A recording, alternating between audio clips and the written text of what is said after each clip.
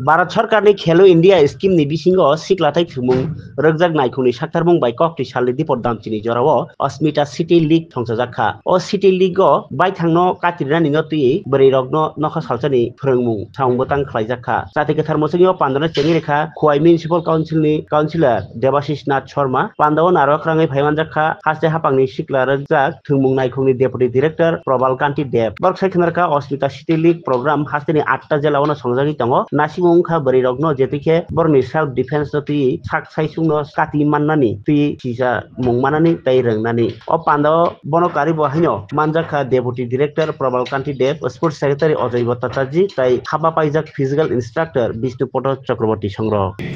আমাদের সমাজে আমরা যারা পুরুষতান্ত্রিক সমাজ বলে আখ্যায়িত এই সমাজে আমরা ভাবি মেয়েরা কিছু পারে না, মেয়েরা তারা আত্মরক্ষা করার ক্ষেত্রে বিভিন্ন সময় তাদের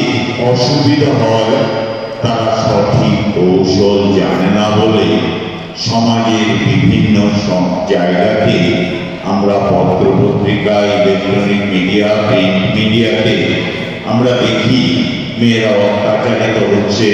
কিংবা মেয়েরা যৌন তার শিকার হচ্ছে।